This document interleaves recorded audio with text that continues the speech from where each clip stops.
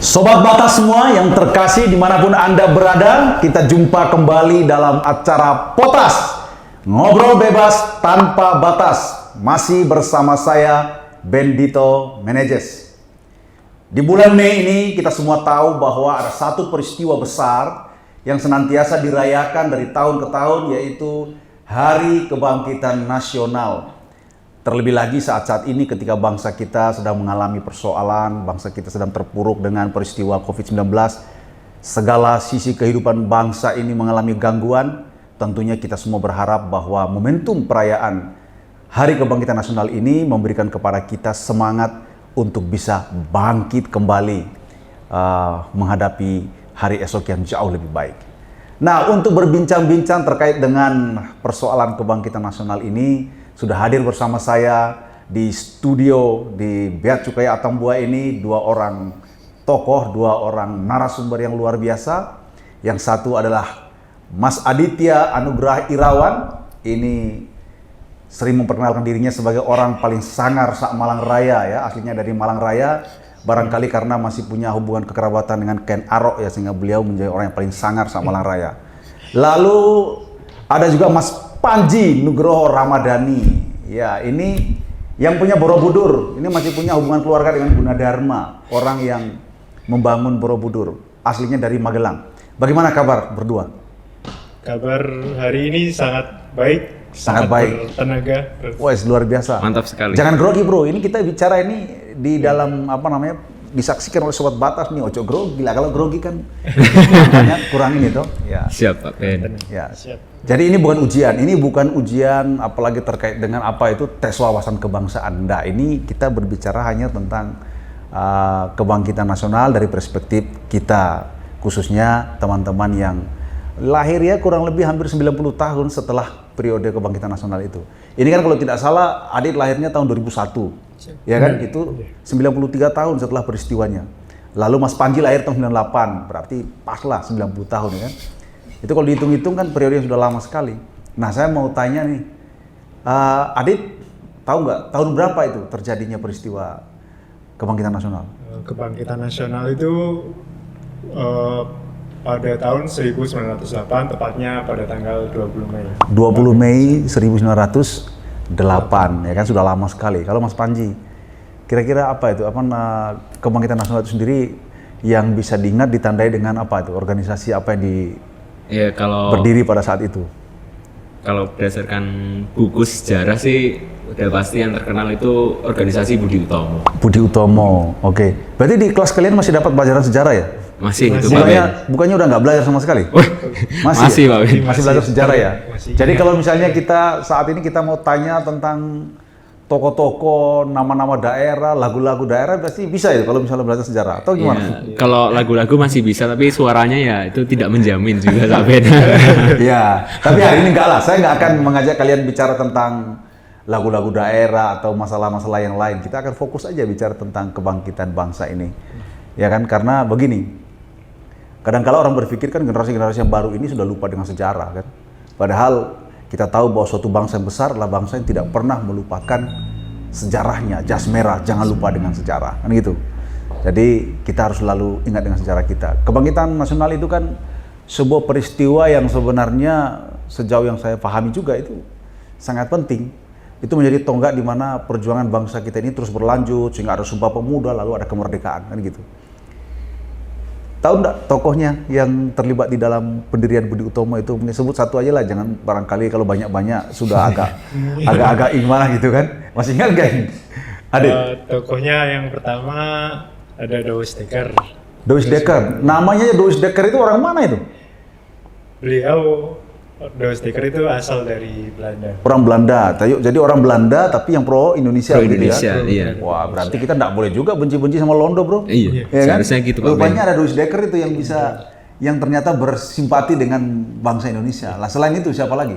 Lalu ada Dr. Wahidin Sudirohusodo. Dr. Wahidin Sudirohusodo. Siapa Sudiro? Sudirohusodo. Ya, sorry bro, kalau saya salah-salah karena lidah saya ini kan bukan lidah bukan lidah yang bisa sebut nama orang dengan pas ya kan? Iya. Ya, karena jadi Sudirohusodo, aduh agak susah saya ini, kayak nama rumah sakit gitu kan. Nah, terus yang satu lagi gimana?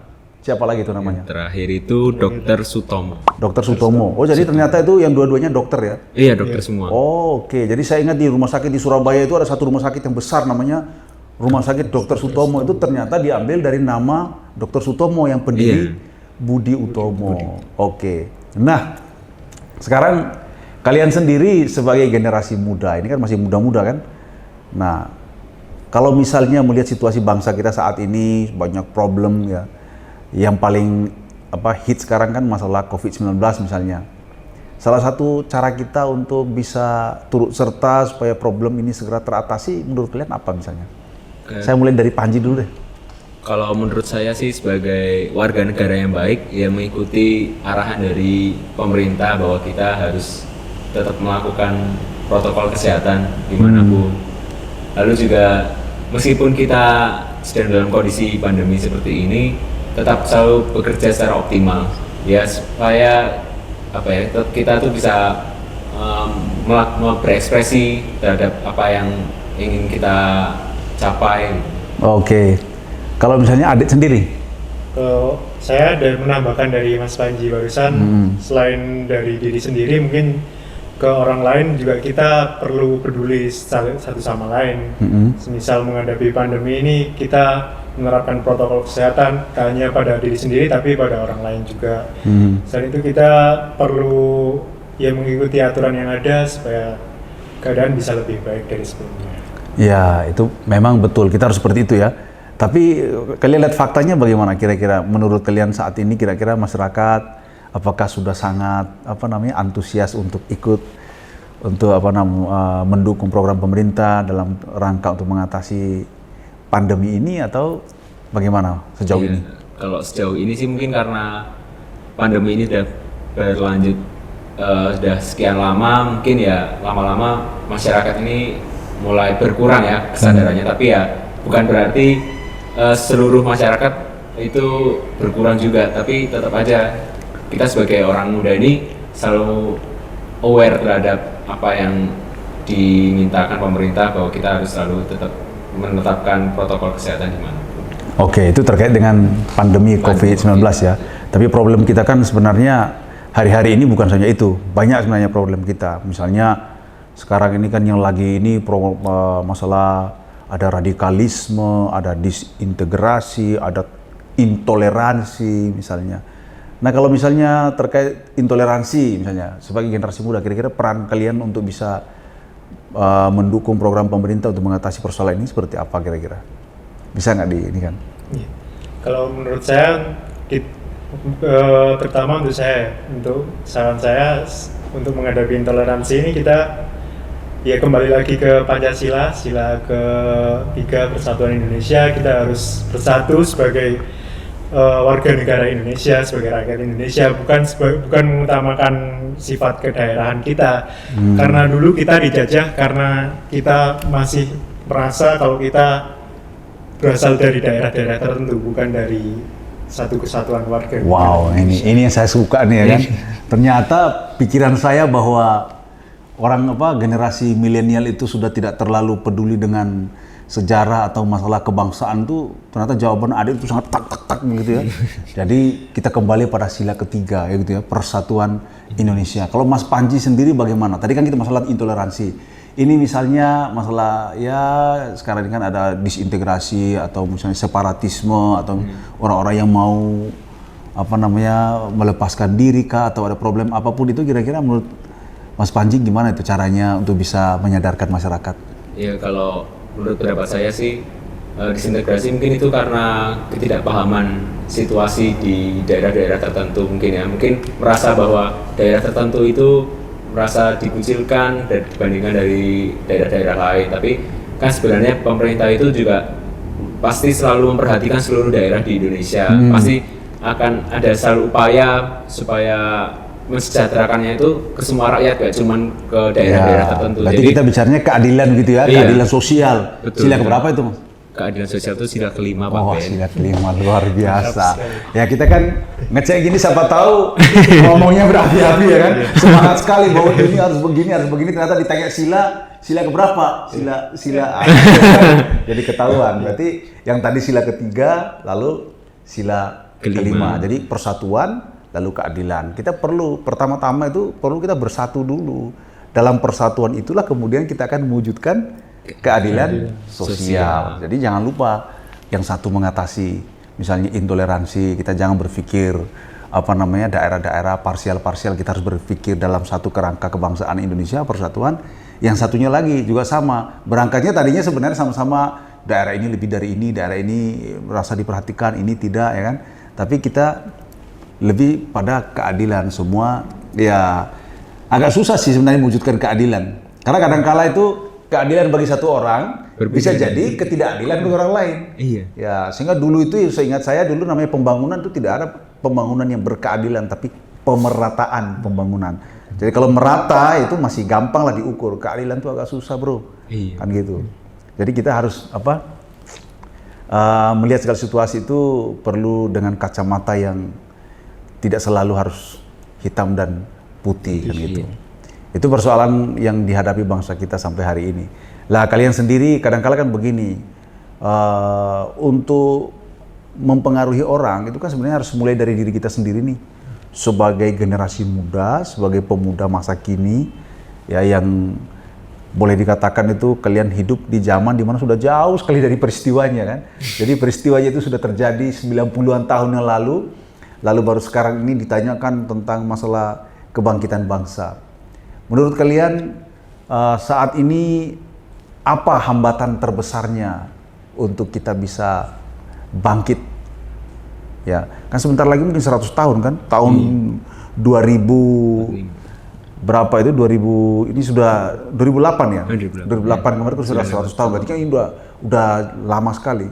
Setelah 100 tahun lebih kita memperingati kebangkitan bangsa, semangat spirit kebangkitan bangsa itu terus memberikan dorongan kepada kita. Menurut kalian sebenarnya ini hambatannya apa sih?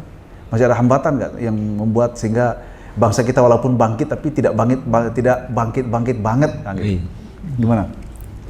Kalau menurut saya hambatan yang pertama itu mungkin dari tujuan bangsa kita ya. Mungkin banyak orang yang menganggap tujuannya itu beda-beda. Ada yang pengen Indonesia itu seperti negara Amerika, ada yang pengen Indonesia seperti negara yang lain sebagainya. Itu mungkin perlu kita mungkin sulit untuk mencapai kata sepakat, tapi kita perlu setidaknya mengacu pada satu tujuan, yaitu Pancasila. Wah, saya kalau dengarkan jawabannya Adit ini rasanya saya sedang mendengarkan jawaban dalam debat presiden, debat calon presiden, kan luar biasa sekali. Jadi kata-katanya itu tenang tapi langsung to the point. Gitu. Cocok lah itu Dit. Jadi besok-besok bisa jadi tim sukses untuk bisa ini kan, karena cara bicaranya itu cocok sekali. Kalau Mas Panji sendiri bagaimana? Kita lihat nih Mas Panji nih kira-kira dia mirip apa ya kan? Ya kalau mungkin hambatan ya, mungkin untuk generasi sekarang ya karena semua informasi sangat mudah diakses, jadi ya mungkin ada beberapa kalangan yang mungkin terlalu mudah untuk selalu mempercayai kabar-kabar yang hoax ada, gitu ya, hoax gitu ya, oke. Okay. Nah itu mungkin filter dari diri kita sendiri bahwa setiap informasi yang selalu kita dapat itu sebelum kita sharing harus kita saring dulu apakah itu kebenarannya benar atau tidak. Iya, jadi kata kuncinya adalah sebelum sharing harus kita saring dulu bro. Jadi jangan kita sharing dulu baru kita saring ya kan. Jadi udah terlanjur orang sudah mendapatkan informasi yang tidak akurat baru kemudian kita saring kan gitu. Masalahnya sekarang itu di banyak tempat itu tahapannya beda bro. Jadi sharing dulu, setelah itu baru disaring. Kalau kira-kira ketahuan bahwa ini beritanya hoax, minta maaf. Iya itu. Kan gitu udah selesai kan. Iya, jadi sekarang tuh orang lebih senang begitu. Padahal yang harusnya disaring dulu, baru kita sharing. Sehingga kita tidak perlu minta maaf ya kan. Iya. Yang ada kita mendapatkan terima kasih karena memberikan informasi kan yang benar. Ya memang betul sobat batas dimanapun Anda berada ya. Dari perbincangan kami yang beberapa saat ini, Anda semua bisa melihat bahwa ternyata bahwa generasi kita yang milenial ini mereka kurang memiliki pemahaman tentang sejarah, tentang kebangsaan itu ternyata hoax. Jadi itulah sebenarnya hoax yang harus kita jawab. Bahwa mereka ternyata sangat mumpuni dan mereka mengetahui betul terkait dengan sejarah kebangkitan bangsa. Ya, walaupun mereka lahir sudah 90 tahun kemudian, kan? 90 tahun kemudian, tapi ternyata mereka masih mengerti tentang apa sih kebangkitan bangsa, dan ketika kita bertanya pada mereka tentang kebangkitan bangsa dari perspektif mereka juga jawabannya luar biasa. Ya, saya sendiri ketika ditanya terkait kebangkitan bangsa itu kadang-kadang saya bingung juga gitu. Tapi Adit dan Panji hari ini memberikan jawaban yang luar biasa. Tapi gini, saya jawaban sudah oke lah ya kan, ngasih jawaban tentang ini. Tapi saya mau kasih tantangan terakhir lah. Tantangan terakhir itu kita nyanyikanlah satu lagu dulu ya kan. Kita berikan dorongan kepada teman-teman kita Sobat Batas dimanapun mereka berada. Kita menyanyikan satu lagu. Ya jadi cuma bukan kalian berdua aja, kita bertiga bro. Jadi tenang aja, kita sama-sama ya kan. Suara kita kalaupun misalnya tidak terlalu bagus kan, sama-sama kan kita persatuan Indonesia tadi tuh, ya kan? Kita nyanyikan sama-sama satu lagu yaitu Indonesia Pusaka, dipersembahkan dari saya dan juga Meneses, lalu ada Aditya Anugrah Irawan, lalu ada Panji Nugroho Ramadhani. Kita nyanyikan bersama-sama. Indonesia tanah air beta, pusaka abadi nan jaya. Indonesia sejak dulu kala selalu dipuja-puja bangsa. Di sana tempat lahir beta, dibuai dibesarkan bunda,